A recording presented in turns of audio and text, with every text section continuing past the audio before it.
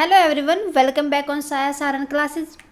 सो 11th class देखते हैं business study का फर्स्ट चैप्टर का next part, history of trade and commerce की हिस्ट्री। हमारा ट्रेड एंड बिजनेस कहाँ से स्टार्ट हुआ था ये लास्ट क्लास के अंदर डिस्कस कर चुके हैं। आज की क्लास में डिस्कस करेंगे कि पहले ज़माने में किस किन स्टेप के द्वारा हम मनी को देते थे या लेते थे। सो देखते हैं इंडिजीनियस बैंकिंग सिस्टम क्या कहता है कि सब पहले पास्ट में कि उस टाइम पे भी पैसे की जरूरत तो होती थी, जो गरीब लोग थे उनको पैसे की जरूरत होती थी, तो वो पैसे कहाँ से लेते थे? वो पैसे लेते थे जितने भी मनी लेंडर वगैरह है, साहूकार वगैरह होते थे, उनसे वो पैसे लेते थे। और उस टाइम पर जो मनी कंसिडरेशन होता था वो किसके अंदर होता था? जितने भी मेटलिटिक मनी होती थी, मतलब मेटल की मनी बनाई जाती थी। मेटल की मनी किस लिए बनाई जाती थी? क्योंकि वो क्या होती थी, लॉन्ग ड्यूरेबिलिटी होती थी उनकी। ड्यूरेबिलिटी का मतलब क्या होता है कि वो लंबे टाइम तक चलती थी। डिविजिबिलिटी का मतलब क्या होता है? उनको डिवाइड करना आसान होता था। उसके बाद आया था कि हम उसका जो डॉक्यूमेंट क्या बनाते थे ट्रांजैक्शन करने के लिए। पहले क्या ट्रांजैक्शन करने के लिए क्या, जैसे अभी अकाउंटिंग वगैरह की जाती है तो पहले क्या बनाए जाते थे? हुंडई तैयार की जाती थी और चिट्ठी तैयार की जाती थी। इसके अंदर क्या किया जाता था कि हम जितने भी हमने मनी का एक्सचेंज किया है वो इंस्ट्रूमेंट था इनका, उसके अंदर हम डाल देते थे मनी। और जो हमने जो मनी कंसिडरेशन करके चलते थे वो क्या होता था? सब कॉन्टिनेंट होता था, मतलब एक जगह से दूसरी जगह पर ले जाने के लिए इजी होता था। तो हुंडई वगैरह के अंदर क्या होता था? कोई भी कंडीशन वगैरह नहीं होती थी कि वारंटी पेमेंट करने की वारंटी क्या है, कि उसके लिए कोई सिक्योरिटी वगैरह जमा नहीं होती थी। उसके बाद क्या कहता है?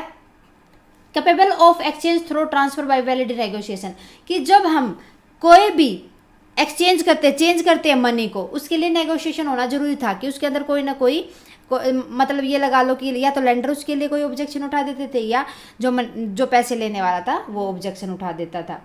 फिर उसके बाद आते थे कि जो इंडिजीनियस बैंकिंग सिस्टम था वो क्या करता था? उस टाइम पे जितने भी फाइनेंशियल डोमेस्टिक और फॉरेन ट्रेड वगैरह किए जाते थे उनके लिए करेंसी वगैरह को तैयार करता था, और लेटर ऑफ क्रेडिट किसके द्वारा बनाए जाते थे? इंडिजीनियस बैंकिंग सिस्टम के द्वारा। इसी ने क्या किया था? बैंकिंग को डेवलप किया था। अब बात आते हैं कि इसके सिग्निफिकेंट क्या होते हैं, क्या क्या सिग्निफिकेंस हो सकते हैं इसके। फर्स्ट देखो, फर्स्ट क्या होगा? Credit to small trader. किन को पैसा दिया जाता था? जितने भी छोटा बिजनेस करने वाले लोग थे, छोटे स्मॉल लोगों के लिए तो बहुत ज़्यादा पैसे की जरूरत थी, तो इतना वो अफोर्ड नहीं कर सकते थे, क्या पता वो दे या ना दे। दूसरा क्या था? Credit to agriculture. जितने भी खेती करने वाले छोटे किसान थे उनको पैसे उधार दिए जाते थे। कौन देता था? ये मनी लेंडर वगैरह। उसके बाद आता है कि long term credit. Long term credit में क्या करते थे? पैसे तो लॉन्ग टर्म के लिए भी दिए जाते थे, लेकिन उसके लिए कोई भी सिक्योरिटी वगैरह जमा करवा लेते थे। वो जो सिक्योरिटी जमा करवाते थे वो क्या था कि ताकि अगर ये पैसे ना दे पाए तो उसकी जो प्रॉपर्टी वगैरह उसको सेल आउट करके हम क्या कर लेंगे? अपने पैसे को वापस ले लेंगे। लेकिन जो इसके सिग्निफिकेंस के साथ क्या होता था कि वो पैसे ले लेते थे क्योंकि उनको नीड होती थी, और साथ के साथ क्या करते रहते थे? जो उनको जरूरत होती थी उनकी फसल आने पर वो वापस कर देते थे। सो इसके जो इन्होंने मनी कंसिडरेशन, जो मनी पैसा लिया था, जो ये तरीके होते थे, तो उसके अंदर कोई ना कोई कमियां भी मिलेंगी। सबसे पहले क्या थी कि ओल्ड मेथड था, ओल्ड मेथड ऑफ बिजनेस करने का पुराना तरीका था। सो आजकल ये चीज़ें अप्लाई नहीं होती। दूसरा क्या था? डिफेक्टिव सिस्टम ऑफ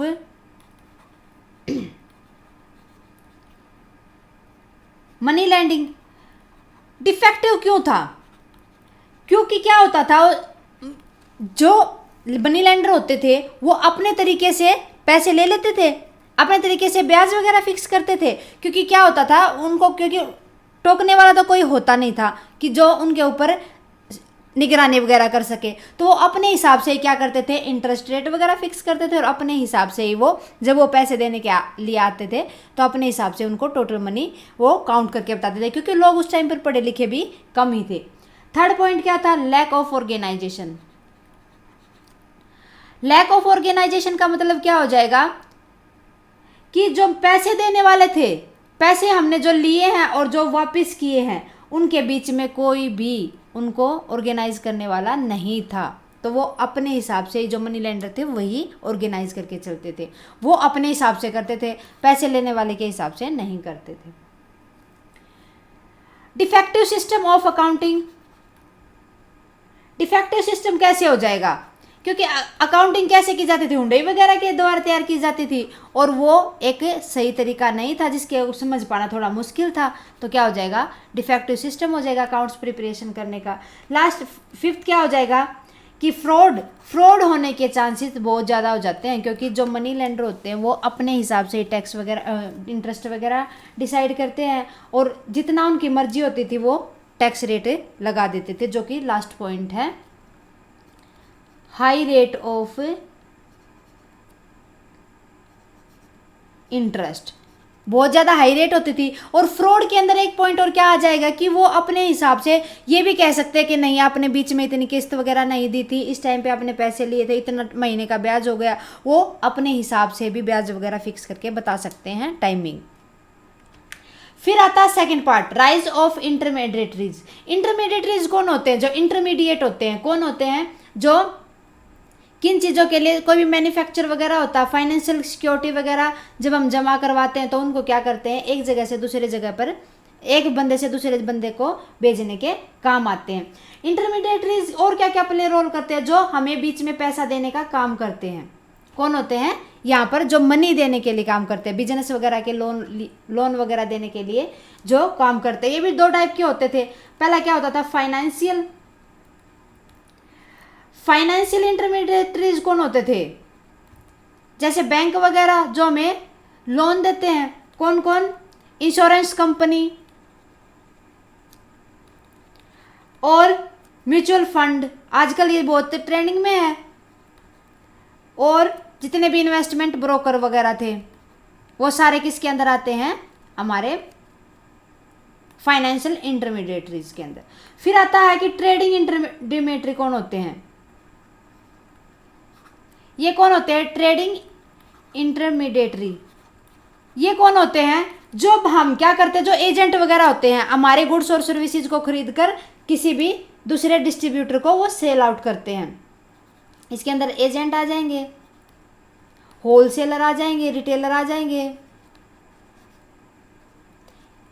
ये सारे किसके अंदर आ जाएंगे, हमारे ट्रेडिंग इंटरमीडिएटरीज के अंदर। ओके, तो इंटरमीडिएटरीज मतलब क्या हो जाएगा कि वो पैसा लेने और पैसा देने के लिए जो मिडल मैन होते हैं उनका रोल प्ले करते हैं, और ये अपने हिसाब से क्या करते थे, पैसे को लेते थे और बीच में कुछ ना कुछ अपना कमीशन लेते थे। इसके बाद आता है ट्रांसपोर्ट। ट्रांसपोर्ट भी उस टाइम पर क्या था कि लैंड वगैरह के द्वारा किया जाता था, जैसे ट्रक वगैरह के द्वारा भेजना, या फिर एयर का यूज़ करते हैं, या फिर वाटर वगैरह का यूज़ करते थे, या फिर पाइपलाइन वगैरह। ये पाइपलाइन वगैरह तो थोड़ा सा कम ही यूज़ की जाती हैं। तो क्या होता है कि ट्रांसपोर्ट क्या करता था, सामान को एक जगह से दूसरी जगह पर पहुंचाने के काम आता था, और पैसे को लेना देना करने के लिए जो ट्रांसपोर्ट का यूज़ किया जाता था, मेनली किस लिए किया जाता था, बिजनेस करते थे ना, जब ट्रेडिंग को क्या करते हैं, अपनी चीज़ को बनाकर दूसरे कंट्री वगैरह या दूसरी जगह पर बेचते थे।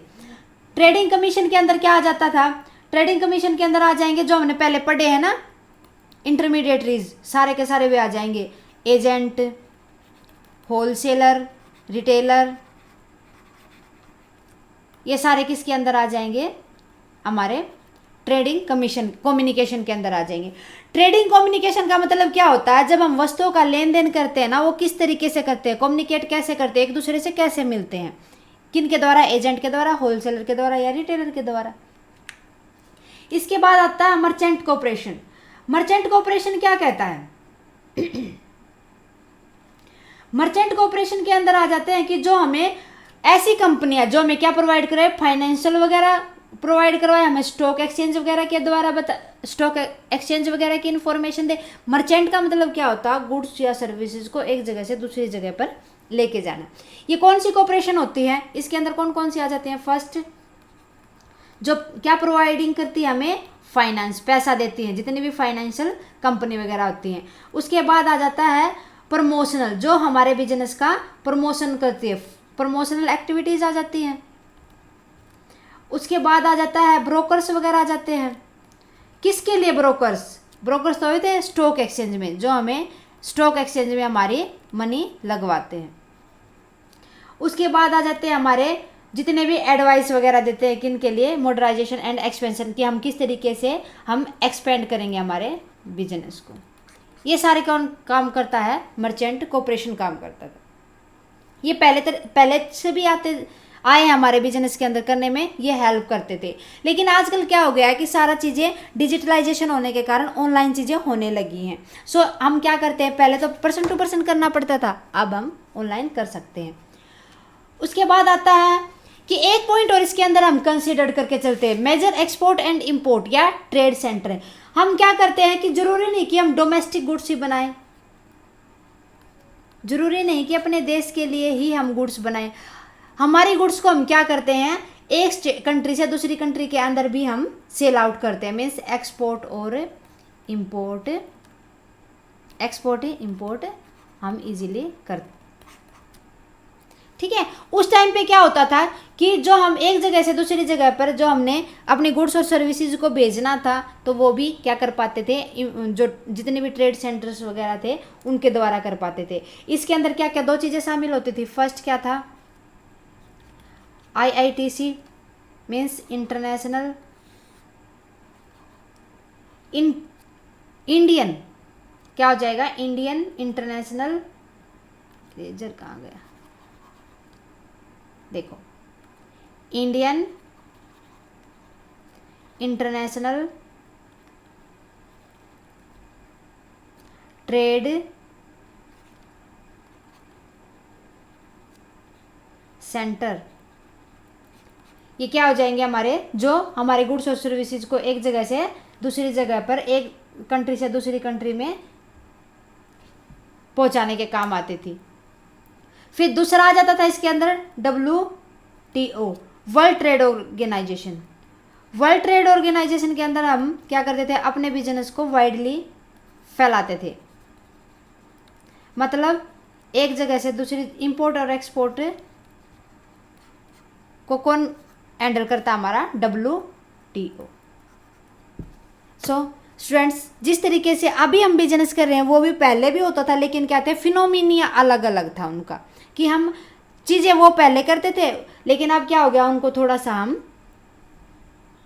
अच्छे से कर पाते हैं, इजीली कर पाते हैं और टाइम से कर पाते हैं। सो तरीके चेंज हुए हैं खाली, लेकिन प्रोसेस चेंज नहीं हुई है हमारी। सो उम्मीद है स्टूडेंट्स आपको समझ आया होगा कि हमारी हिस्ट्री क्या थी ट्रेड और कॉमर्स की। इसी उम्मीद के साथ मिलते हैं नेक्स्ट क्लास में नेक्स्ट टॉपिक के साथ। तब तक के लिए बाय, और प्रैक्टिस करते रहो अपने जितना जल्दी हो उसके।